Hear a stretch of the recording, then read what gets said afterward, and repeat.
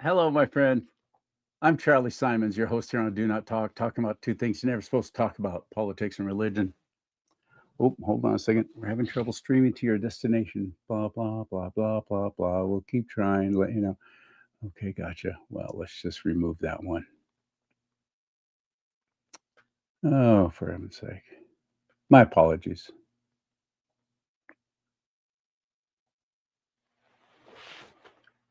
There we go. Now we're all good.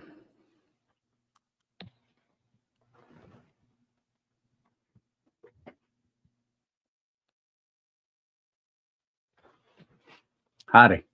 I am Charlie Simons, your host here on Do Not Talk, talking about two things you're never supposed to talk about: politics and religion. One decides what life is going to be like here on Earth. The other one decides what it's going to be like when we leave it. The silent majority has finally found its voice. Now we just need to get louder. And that's why I have guests like my friend Arhtur Schaper. I always love having him on the show. And what we're talking about today is shall not be infringed. What does that mean? Who does that apply to? Everybody? How about if you're not here legally? Does that apply to you too?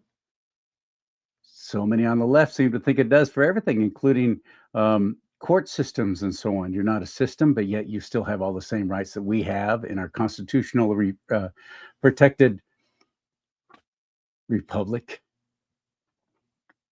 I don't know. Let's talk about it. But first, there's a very, very important problem. Yes, a problem. And we, the internet TV on YouTube, is helping bring attention to this serious, serious problem we have going on now. Watch this. George Krakowski and Larry Jones were best friends, business partners, making their way in the world. But that all changed one fateful night in January 2015. It was just like any other night, you know? We were just minding our own business, trying to break into this house. We thought it was going to be just another quick job. Yeah. But we had no idea what was waiting for us on the other side of that door. My husband passed away on Christmas Day. I was all alone with my baby boy. He was just 3 months old.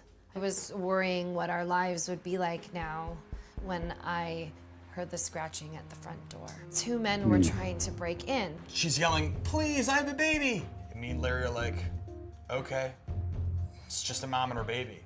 Cool, we've done this before." But then all of a sudden, I warned them, I have a gun.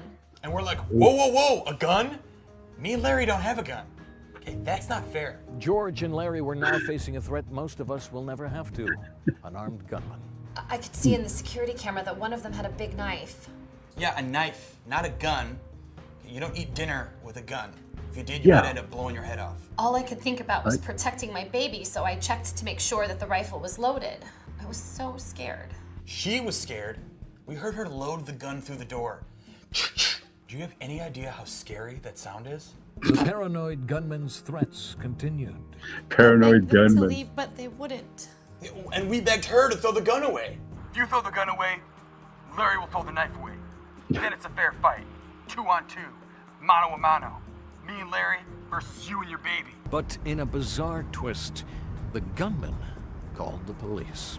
Please, you have to help me. Two men are trying to break into my home. Come on, you're getting the cops involved now? That's disappointing. We agreed at least 15 minutes before the cops showed up, and that's plenty of time to negotiate with her. But with a 15-minute window and an armed assailant on the other side of the door, anything could happen. Ma'am, ask them politely to please not break through until the officers arrive. I have a gun. Is it okay to shoot them if they come through the door? We heard her say that, and Larry's like, "She's talking about shooting us?" The situation has gotten way out of hand. So he took a step back and kicked open the door. I didn't have a choice. I saw the knife and I shot him. It was either his life or the life of my son. Larry wasn't gonna hurt them. We just wanted to take all their money and stuff. Yeah. Put a gun in someone's hand and they don't listen to reason. And what of the gun used by Michelle Wilson to mow down Larry Jones? It turns out it was left to her by her deceased husband. Her aim was way too good. I bet the gun was haunted by her dead husband. Wow. One night, one gun, 3 lives forever changed by a senseless act of violence. Breaking into houses without Larry? It's so scary now. I'm worried I'm gonna get shot. Incredibly, no charges were brought against Michelle Wilson, who Incredibly. continues to live a happy life as a widow. But for George Krakowski, could any good come from this tragedy? That event definitely turned me into an activist. What about my freedoms? As long as law-abiding citizens have guns, it's that much harder for burglars like me to do my job. Not fair. What kind of world do we live in where you have to worry about getting shot at work? Unfortunately, the Shot gun at laws in work. the United States are unlikely to change. So, what does that mean for bereaved citizens like George Krakowski? I'm thinking about getting a gun. There you go. Thinking about getting a gun. I like those guys. We, the internet, TV on YouTube. Thank you for making that. And thank you for sticking around and liking this show. Boom. Hit that like button right now. You'll be helping us break down the algorithm when you do that. Thank you very much. This show needs all the support it can get, and you can do that as you see down below. Look at this fancy little scrolly thing I got going on now. Thanks, Mike Cook, for showing me how to do that. CharlieSimons.com, CharlieSimons.com, CharlieSimons.com. You can support this ministry. You can contact me. You can book a guest slot to be on the show yourself, like Arhtur Schaper did.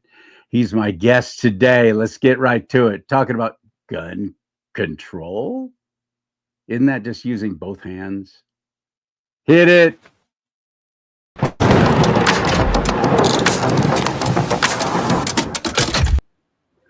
Well. Hello, buddy. Welcome back to the show. How are you? It's good to be back. Thank you, Charlie. Oh, anytime. I always appreciate it. And townhall.com. You're one of the writers there, one of the contributors. Yournews.com. I hope, I believe you're on there now too, I hope. Is it American Spectator? American Thinker and also American Greatness. So this has been really, there you go. I've got a lot of profiles now. It's wonderful. That is wonderful. And you're getting more and more attention, deservedly, because some of the stuff you write is just extraordinary. And the rest of it is better than average. Always excellent stuff, Appreciate it. in other words. Absolutely. And I wanted to have you on to talk about one of your recent articles, and that is the shall not be infringed, as I like to call it. Everyone else calls it Second Amendment. The right to keep and bear arms shall not be infringed. There's no other in our U.S. Constitution that has those words following it, shall not be infringed. That's how important it was to our founding fathers. Yes. We are a gun-toting nation. We got more guns in the United States of America than we have people. That's because some of us have more than one. I being one of them. Yes. I appreciate what you're writing about, though, and that is our constitutional right to carry, not to have to hide it, not to have to even register it. As far as I'm concerned, it's none of the government's business. But yet the laws are, especially in our state of California, they know everything you have and where you have it and everything about it, don't they? It is it's disgraceful what the state of California has been trying to do over and over. And yet what's interesting, as I've been studying the issue of gun rights and the Second Amendment, it's one of the most fascinating subjects for me, besides the fights that I've been taking on when fighting LGBT perversion or fighting union abuses or, the needs to protect our, fighting the open borders, illegal immigration agenda. Seeing how successful the gun rights movement has been in the United States, in spite of all the mass shootings, in spite of the breakdown of law and order in blue cities and blue states, is really encouraging. A lot of people should recognize this growing optimism, this ascendancy for our right to keep and bear arms. Why the United States is the freest country in the world, in part, is that we do have guns. And the firearms are not just about warding off burglars or criminals, and it's not just about hunting, but it's about standing up to a tyrannical government. This is a fundamental distinction. The rest of the world, even these Western democracies, are so naive. They're like, trust us, we're from the government, we're here to help, we will never violate or infringe your rights, we're here to protect you. But here in the United States, we have always had this fundamental distrust of large aggrandized state power. And we have that, and we make that distrust clear because we have that Second Amendment to protect the right to keep and bear arms for every citizen. So I was able to touch 3 issues at once in my latest article. It was reciprocity, constitutional carry, and transgenders. Oh my, we've got these 3 different disparate issues, but all dealing with the gun rights movement here in the United States, our gun culture. The first one has to do with the reciprocity situation. Congress is once again looking at a bill that would officially recognize national reciprocity, meaning if you have a permit to carry in one state, then all the other states need to recognize it. This is an appropriate move by Congress to officially affirm this. Just that, I mean, it's the United States Constitution. There's a passage on full faith and credit. Whatever contracts or are enacted in one state are expected to be recognized in other states. If you get a marriage license in one state, it needs to be recognized in another. If you have a driver's license in one state, you know, here in California, I can't, you know, if I go to Maryland or Virginia, they can't pull me over and say, well, you can't drive here because this license is only for California. No, I mean, there's supposed to be a respect for those licenses that were issued. And that's all the more be the case when it comes to permits to carry. You know, this is becoming an increasing problem. You have people who go to Washington, D.C., they could be from West Virginia, even Virginia. They have their permit to carry, and then they're in D.C. This was especially during the Biden administration, and these people would get arrested for unlawful carry. I mean, this is ridiculous. So when I was talking about reciprocity, I also focused on how President Trump has really improved his record on the Second Amendment, on our gun rights culture. He has put an end to prosecuting people for felonies if they are carrying a firearm in DC and they have a permit from another state. That is fantastic. Really opening that move to protect the right to keep and bear arms. He is also cracking down on the exorbitant timeline, or how much time it takes for someone to get a permit to carry in Washington, D.C. It takes months. It takes months just to set up the appointment to file the application to get and you have to pay. By the way, and you have to pay for it in advance. California Los Angeles takes like a year. San Francisco, forget it. You're probably never even going to get it. It's obscene. And LA County, I'm glad you brought that up. This is something else that the Trump administration is doing. The Department of Justice has begun investigating, and they are directing legal demands to LA County that they need to expedite the process. Right now, it takes a year to get a permit. They have only 2 people in LA County for the entire county to process all of the applications. I mean, it's just ridiculous. I was hearing this from the sheriff, LA County Sheriff Robert Luna. He came to the city of Torrance 2 weeks ago for a town hall on Prop 36. But someone in the audience did ask about what's the holdup on the concealed carry permits. Now they have to issue them once you apply. It's a shall issue. Every state is now shall issue because of the Bruin decision.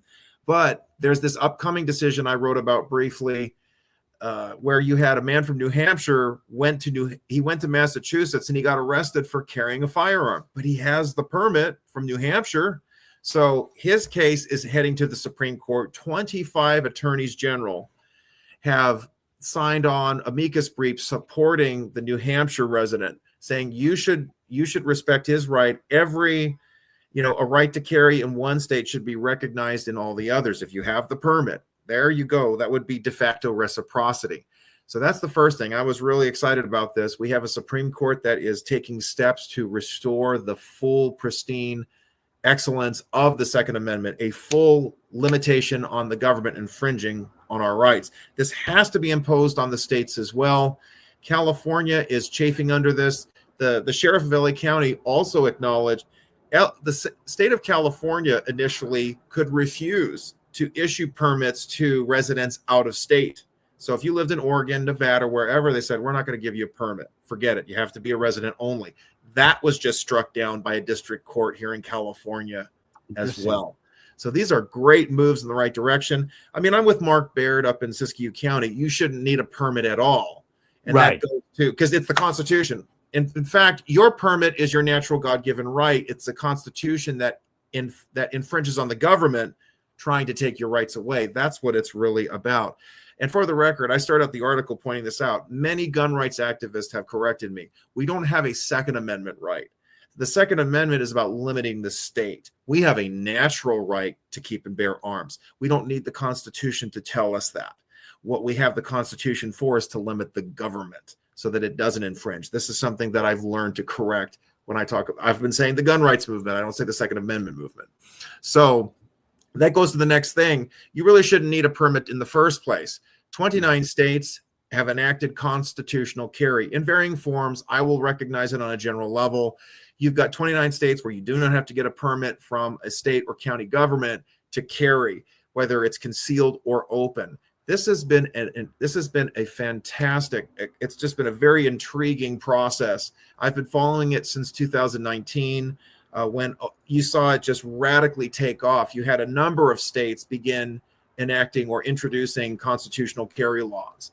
And I just thought, what has taken so long? I just thought it was just a fascinating development. The gun rights movement was working very hard on this. I was following this issue with the Gun Owners of America and also with the NRA. I know Aaron Dorr, he's part of the Iowa gun owners movement. He was working really hard. I think it was 2018 when they were pressing to get constitutional carry through. You have legislatures with large Republican majorities that were dragging their feet on this. And this is like shortly after Trump got elected in 2016. You'd think that there'd be a bigger movement. Republicans would have more courage and I would think lot more that, support. actually, yes.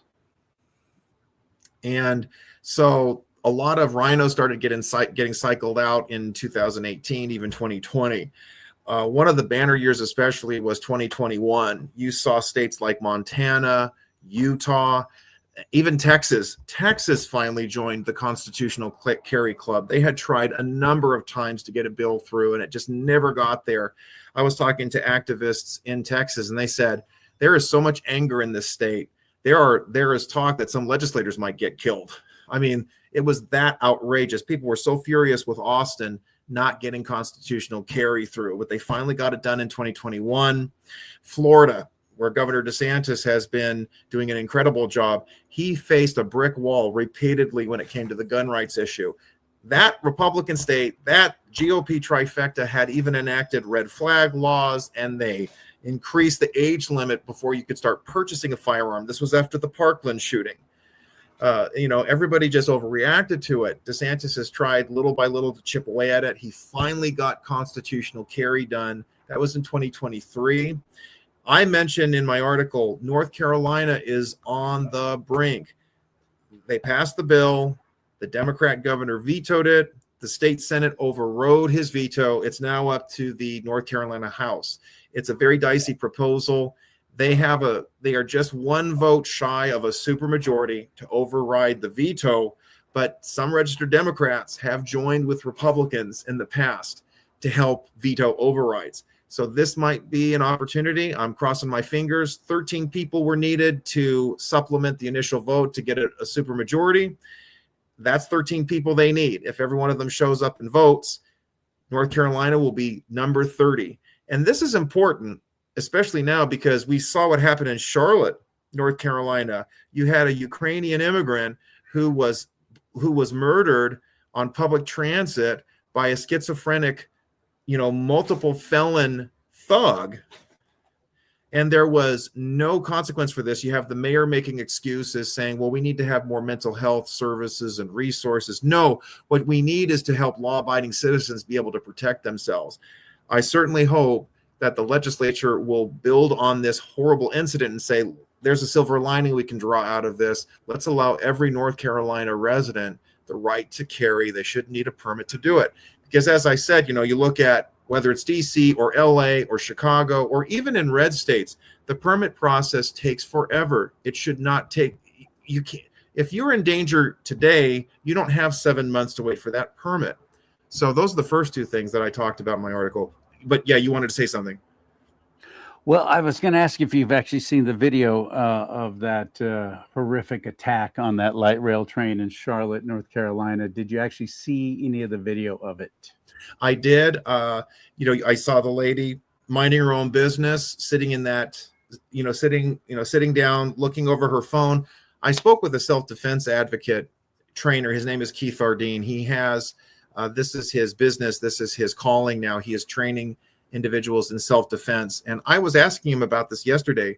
I mean, this is what's really stunning and disturbing about what happened to that poor lady is she sat down and minded her own business. She was completely caught off guard. There was no reason for her to suspect she was in danger. What do you tell somebody? Are we supposed to live in constant apprehension the rest of our lives? Because this is how Yeah, bad. brother. That's why I brought it up too. First of all, good luck finding the actual original video that CATS, the Charlotte area rapid transit, or Charlotte area transit system, I think it is, CATS, they call it. They released the surveillance footage from inside the train car. Before that, it had happened 2 weeks before, and it barely made the news. Everyone pretty much ignored it because it was a black man attacking a white woman, and you don't show that stuff anymore in the media. This is here. I'm picking up on it a little further now. August 22nd. Wow. I mean, this is embarrassing on two levels. Here we are now talking about it the second week of September. And you just pointed out, if the assailant is black, Hispanic, if they fall within one of those diversity categories, corporate media doesn't want to talk about it. And the other reason they don't talk about it is because there was no gun involved, so that they can't demagogue the issue and demand more gun control. And what's on top of that disturbing is this is a Ukrainian immigrant, a refugee. My God. So she's fleeing a war zone, hoping to find peace and a new life in the United States. Irina Zarutska, that's her name. Irina Zarutska. Right. And then she gets murdered on public transit. I mean, this is one of the things that bothered me. Not two things. One is that the media would not show the actual murder. They would not show that portion of the video. And they said, because it's so violent, we've decided not to show it to anybody. So nobody gets to see it. And that bothers me. You know, you gave me a warning that it's really violent and it's really graphic. Okay. Why are you cutting that part out? And then the aftermath, when this piece of crap is just walking around the train, blood dripping off of his hand. And nobody's doing anything. Thank you. That's exactly what I wanted to jump on. Everybody just acted as if nothing happened. That I saw the part where she does get stabbed, and I had to see it, how she was still alive, aware, shocked by what happened to her. She bled to death. Nobody helped. Nobody stood up. Nobody did anything.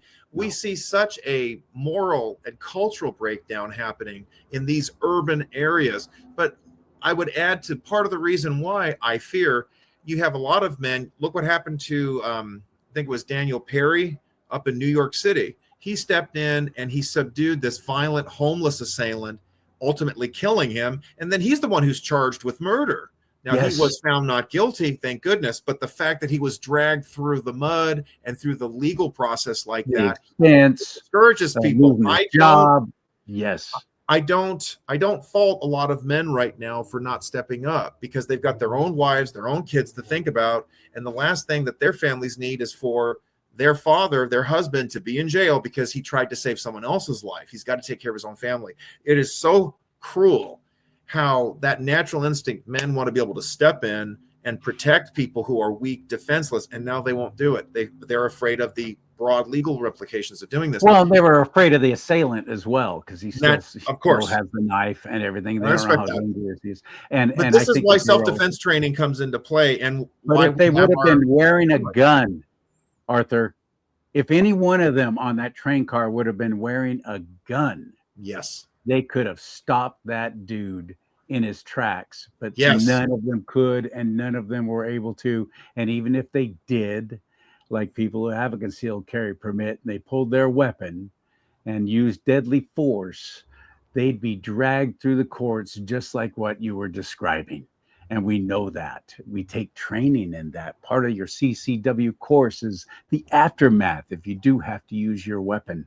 Yep. And what's going to happen to you, especially in California. Just be ready for it. Everybody just knows. They just say you will be arrested, regardless of how egregious the crime was and how justified you were in the shooting. You will be arrested because you pulled your gun and you stopped the threat.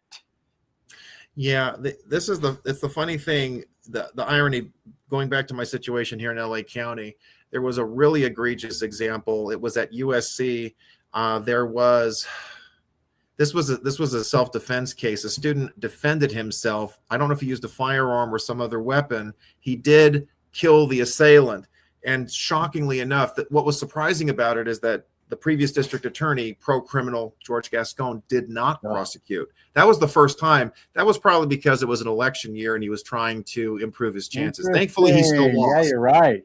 Thankfully, he's the same issue, I'm sure. I know it's the case in San Francisco. You see this in Oakland. Wherever there's a George Soros district attorney, they want to protect the criminal and they will punish the law-abiding, because it's all about this distorted, perverted sense of trying to make the world just again. And anybody who's a victim or who is in a certain class or color or race or whatever is automatically the victim. And it's just allowed crime to proliferate. It's disgusting. But when we're talking about equalizers, there's no better equalizer than a firearm when you have that gun. And that's another thing too, that it's another topic entirely, how states enact constitutional carry, and yet there is still this sustained effort to broaden the locations where you can carry. This is interesting. In Wisconsin, they still do not have constitutional carry, but you can carry your gun even in a courthouse. Wow. Now that's a trip. You can carry a firearm, but you can open carry in Wisconsin, but you can't constitutional carry. It's so silly. If I just put a piece of cloth over my gun, now I've broken the law. It's silly. On the other hand, you're untucked, right, and that's considered concealed. So this is an issue. They've got to normalize this. I think there's only 15 or 16 states where you can carry a firearm on a university. What is this? There should be no limitation to where you carry. So that's the one frustration I have, even with the Supreme Court. They've taken a very measured, prolonged process for this. So the Bruin decision, they said, gun control or gun limitation metrics, it has to be based on an established tradition. And unfortunately, you've got some district courts that are seeing that as a big loophole they can take advantage of. In the state of Hawaii, you have judges saying, well, we have a gun control culture here. We have a tradition of gun control. So they've been enacting strict limitations on firearms. That's being challenged. So the Supreme Court needs to go further with Bruin and extend it to, it's a natural right. We are asserting what the framers intended. They were aware of mass firing weaponry as well as single shot weaponry. All of it existed. The right to keep and bear arms falls within a pretty broad Anglo-American legal tradition. It doesn't mean you have a right to a cannon or a nuclear weapon. That is understood because it's the right to keep and bear arms. Thank God for Justice Thomas articulating it. Bear, meaning you carry it. You can carry it outside. That's the point. So I'm hoping the best for that New Hampshire decision. I'm hoping the best for North Carolina. What I would hope to see come election 26, more Republican governors get elected, hopefully with some supportive majorities. Maybe Wisconsin, Michigan, Pennsylvania join the club. California, well. That'd be nice. Oh, absolutely. If the Supreme Court can finally do this, when I was at that town hall with Sheriff Robert Lunar and District Attorney Nathan Hochman, he's the new DA. He's doing a fantastic job. It's the biggest success we've had in LA County for conservatives. We elected somebody who's actually doing a very good job. He's better than the previous DAs, even before Gascon. And I wanted to press them on the constitutional carry issue, but didn't have time. But I mean, hey, we're waiting 7 months to get a permit. That's a violation of our rights. I could see that kind of an argument succeeding. And Mark Baird, mentioning him again, maybe you know him. He's in Siskiyou County. He's been a big factor or a big part of the Jefferson movement. I don't know where that stands right now, although I wish it had legs, because Northern California deserves real. What he's talking about is literally splitting the state in half. Okay, you nutbags who love all your weirdness, you go ahead and keep this part of the state. We're going to start our own state up here. Yep. There's also the New California State. I think both are more than appropriate. I think the framers would have allowed it. It's a tough process. They'll probably have to find some log rolling proposal. Other states give us money or give us certain rights, and then we'll let you leave. I guess that's the only way it would work. But we've got to see, we want this to advance. And what I like is that you can see poll after poll, there is strong support for gun rights. There is a strong support for maintaining the Second Amendment, ensuring its full enforcement. That to me gives me a lot of hope. And to see President Trump lining up strongly with this. Remember, during his first term, there was that one failure. He enacted that bump stock ban. That was a real problem for me. It was struck down by his justices along with the other conservatives. So there it is. Trump has fixed that, and things are now improving. That bothered me too. It's like he was placating. That bothered Yeah. me too. That was the one. That was a big failure for me. But you know what? He got his second chance. He's getting his act together. But there might be another mistake on the horizon. This was the third thing I talked about in my article. There was this suggestion by the Trump Department of Justice. We saw yet another mass shooting at a school. This was a Catholic school in Minnesota. And you had this confused man who thought he was a woman, filled with bitterness, filled with rage, having all sorts of health problems, mental health clearly, hating the fact that he had been suckered into the whole transgender cult, and then he shot up the school.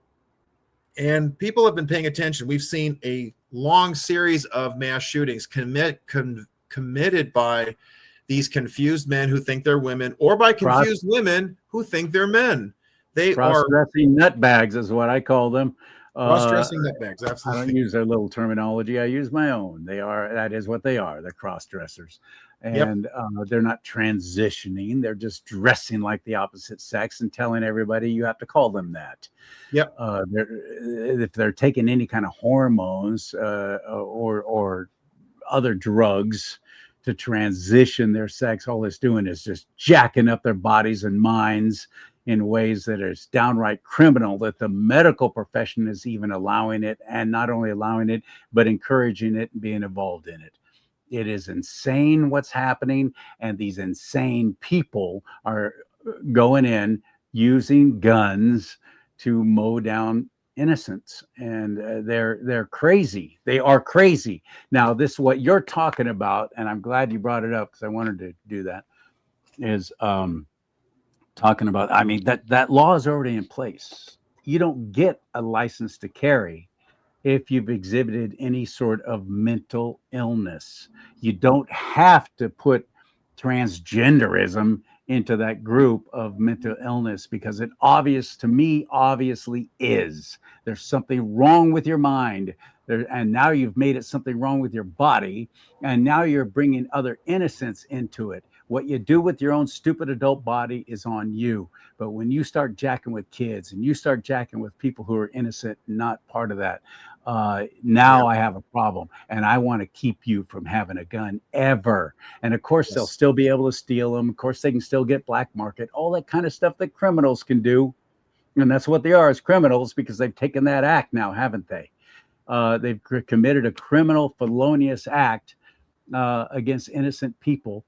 And they're being screamed at in the Department of Justice for daring to say, perhaps we should not be allowing these guns to be registered in the names of somebody with transgenderism as a mental illness. But that's where the fine line is. You say that it shall not be infringed from anybody, and we should not be making that determination as to who can and cannot carry. But that law is already in place, Arthur. It's already in place that you're exhibiting some kind of mental illness. No, you don't get to have a gun registered in your name. But here's the thing. What they want to propose, there's so many complications here. This is what makes it such an intense point of discussion. We have this movement that's trying to treat transgenderism as like being black or being Hispanic. Normal. And of course it would be lifestyle choice. Yeah, right. Or an identity. So therefore it's a civil rights class. This was part of the issue in the Scrimeti case. Well, transgenderism, it is a protected class, and therefore you have to apply heightened scrutiny in order to limit certain practices or policies. The Supreme Court said that is not the case. We're talking about children. You can't mutilate kids. That was the end of it. Thank God. Or they at least said states can ban the mutilation of children. But the issue here, there's like a couple things you have to respond to. I want constitutional carry. You don't need a permit at all. Okay, so individuals. So if a guy puts on a dress, he puts on a dress. And then, he's allowed to carry. Well, in Arkansas, there's even trannies in Arkansas. Sadly, they're sadly, you've got this mental illness. It's proliferated because of this institutionalized indoctrination that's happened, especially at the college level, but it's also in the government systems. It's a real problem. We have to allow due process, even when it comes to determining that somebody is mentally ill. There has to be a due process hearing. I do not want to live in a country where the government says this is a class of people, they're crazy, they're mentally ill, we're taking their guns away, because it's just a slippery slope to, oh, that guy's a Christian nationalist, I'm taking his gun away. Oh, that guy was part of the Tea Party, I'm taking his gun away. No, you have to determine in a court hearing, in some kind of a due process hearing, that this person is a threat to himself and to others, therefore you don't have a firearm. What the DOJ was suggesting basically amounts to a form of a red flag law. This is not good. The burden must always be on the state to determine whether they should deprive somebody of their natural right to self-defense. And it's just such a broad issue. I commend the National Rifle Association and the Gun Owners of America. They opposed this proposal. This gives way too much power, immediate, discretion to the federal government deciding somebody should or should not keep a gun. And part of the reason this is important, Tom McClintock, congressman from Northern California, maybe he's your congressman because I know you live in that area towards Placer. Yeah. This was in 2016, I believe. He could not get on a plane. His name, Tom McClintock, was on the no-fly list. It took 2 hours. This man is a sitting congressman. He's a federal official, so he had every resource he could pull every string. It took 2 hours, but they resolved the issue and realized Tom McClintock was an Irish terrorist, part of the Sinn Féin or Irish Republican Army. However, you have everyday citizens like you and me. If our name ends up on a no-fly list, it takes years to get off that list. So there is so much incompetence, and there's too great a risk to infringe on the rights of law-abiding citizens. I do not support the DOJ going after any group of people. It doesn't mean that transgenderism isn't a mental illness. It is. We need to be dealing with that larger issue, recognizing that there are two sexes. Anybody who's trying to change his or her sex is in bondage to a mental illness. And therefore, once that is determined, then you can say you're not, this individual, that individual is not getting a firearm until that issue is resolved. 60 Minutes did a segment on this. There was a gentleman who had suffered from schizophrenia, and so he was on that do not carry, couldn't have a firearm. Eventually, those symptoms were subsided. He was cured, for lack of a better term. His mind healed. That does happen in some instances. Schizophrenia dissipates with old age. It happened with John Nash, the Nobel Prize winner. And so he had to sue to the Supreme Court to get his gun rights back, and he did succeed. Now, that's an interesting case because he did have a quantifiable diagnosed mental illness. So that was an appropriate metric at the time. But I would say, by and large, the Trump DOJ, I'll say this was part of my commentary in the article. I think that Trump offers these ideas knowing that they're not going to happen. But just putting the idea out there drives the left crazy.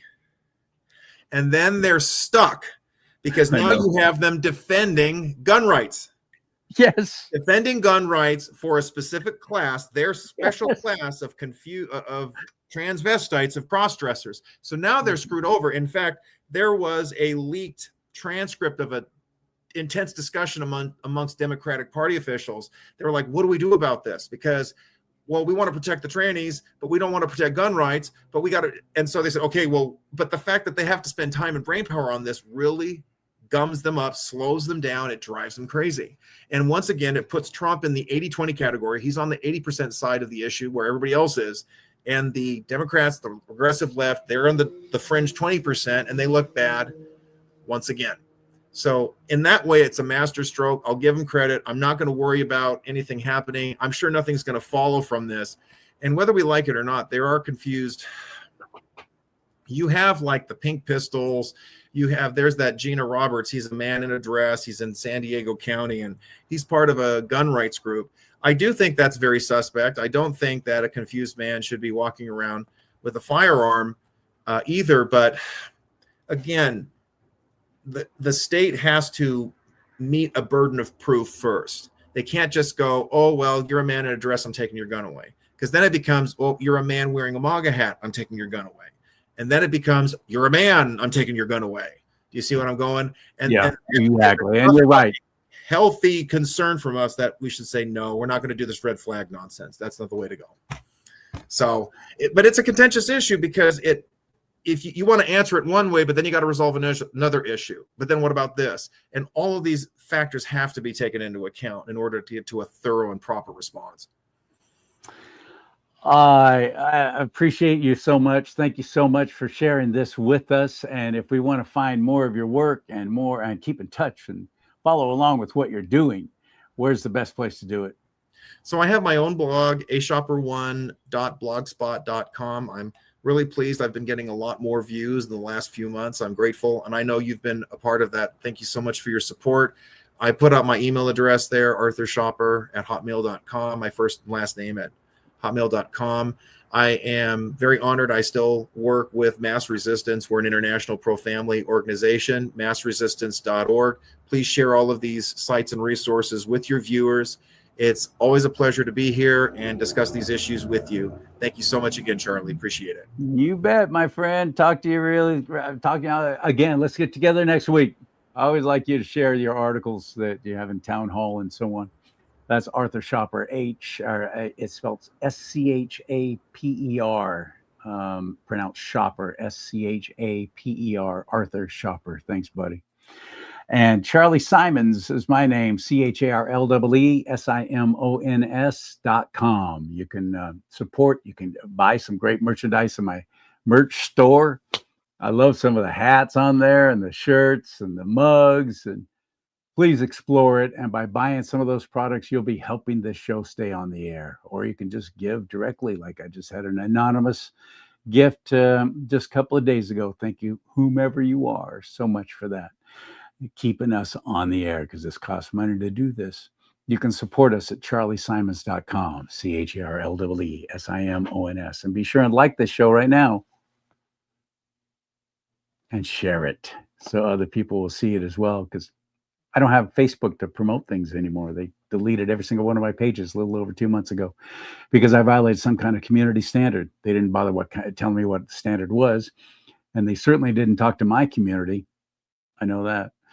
So support me and help me and keep in touch. And you can always find the shows on there despite what happens with social media. You can find all my shows at charliesimons.com. May God bless you and keep you. May God bless America. But most importantly, America, bless God